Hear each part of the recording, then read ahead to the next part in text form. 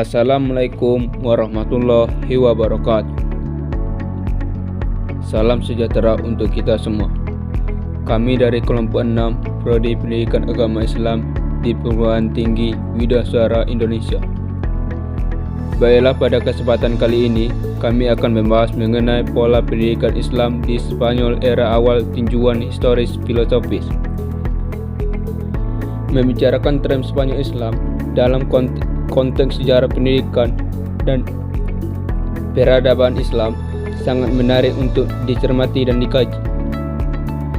Yang dikembangkan Spanyol Islam telah membawa Spanyol Islam sebagai pusat kebudayaan dan peradaban Islam di Barat.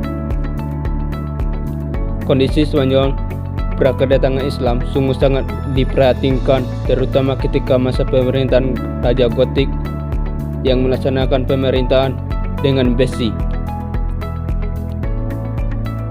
Penaklukan Islam di Spanyol tidak melepas dari kepiawaian 3 hero Islam, yaitu Tariq Ibnu Malik, Tariq Ibnu Ziyad, dan Musa Ibnu Nusair.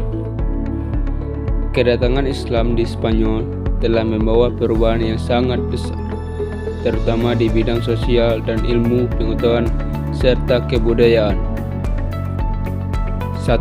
Mendirikan lembaga pendidikan. Menurut keterangan Amir Ali, sebagaimana yang disitir Mahmud Yunus, bahwa ketika umat Islam berkuasa di Spanyol telah mendirikan madrasah yang tidak sedikit jumlahnya guna menopang pengembangan pendidikannya.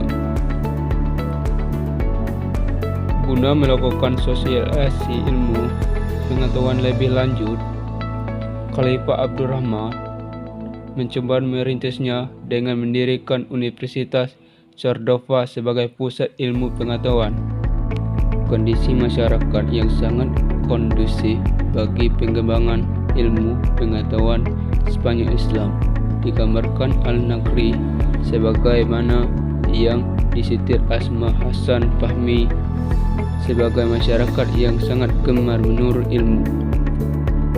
Dalam menunjang pendidikannya, pendidikan Spanyol Islam memberlakukan kurikulum universal dan komprehensif. 2. Pengembangan perpustakaan. Di antaranya adalah fasilitas perpustakaan. Ambisi untuk pendidikan perpustakaan bukan hanya dilakukan oleh para khalifah saja, akan tetapi ambisi tersebut juga telah dimiliki oleh setiap masyarakat Spanyol Islam. Besarnya perhatian umat Islam di Spanyol dalam penyediaan sarana perpustakaan perlu rasanya dianjurkan jempol dan ditiru oleh umat Islam di daerah lainnya. Perpustakaan ini memiliki buku sebanyak 400 jilid.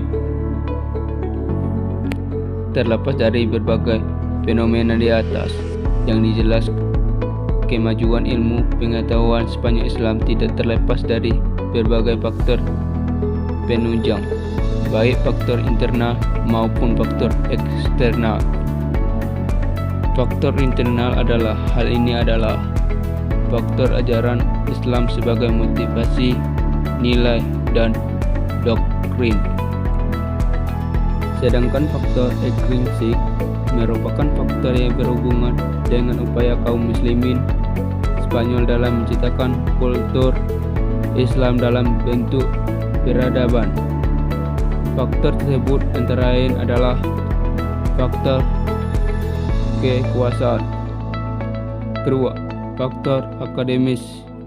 Ketiga, faktor kompetisi positif yang ditunjukkan umat Islam dalam upaya pengembangan ilmu pengetahuan dan kebudayaan. 4. Faktor toleransi dan stabilitas nasional antara Islam dan non-Islam. Sebagaimana yang telah diutarakan sebelumnya, bahwa mulai abad ke-11 hingga menginjak abad ke-13, khususnya antara tahun 1500, kondisi inilah yang menyebabkan banyak para ilmuwan Eropa yang haus akan ilmu pengetahuan keluar dari negaranya.